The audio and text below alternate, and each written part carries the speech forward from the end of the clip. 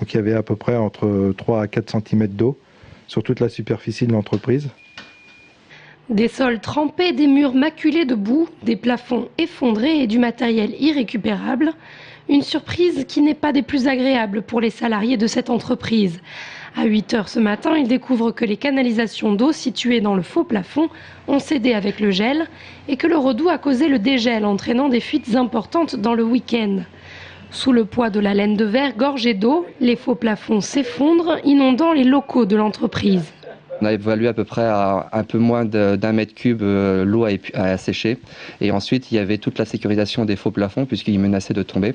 Donc une fois qu'on a asséché les locaux, on a sécurisé les faux plafonds pour éviter le suraccident. 2 équipes de pompiers sont intervenues de 8 h 30 à 10 h 45.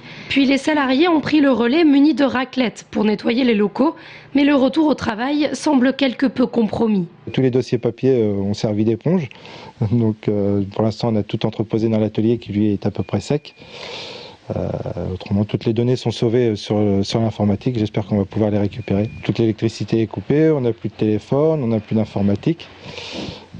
C'est un petit peu critique. Une situation loin d'être isolée. Rien qu'aujourd'hui, il y a eu une trentaine d'interventions de pompiers dans le département pour ce type de dégâts.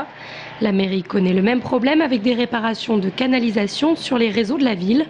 Elle reçoit par ailleurs une dizaine d'appels par jour de particuliers victimes soit de coupures d'eau, soit de fuites.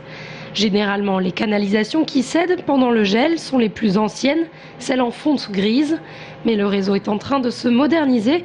Plus de la moitié des canalisations ont été changées dans Tours Centre au profit de nouvelles en fonte aciérée, beaucoup plus résistantes au gel.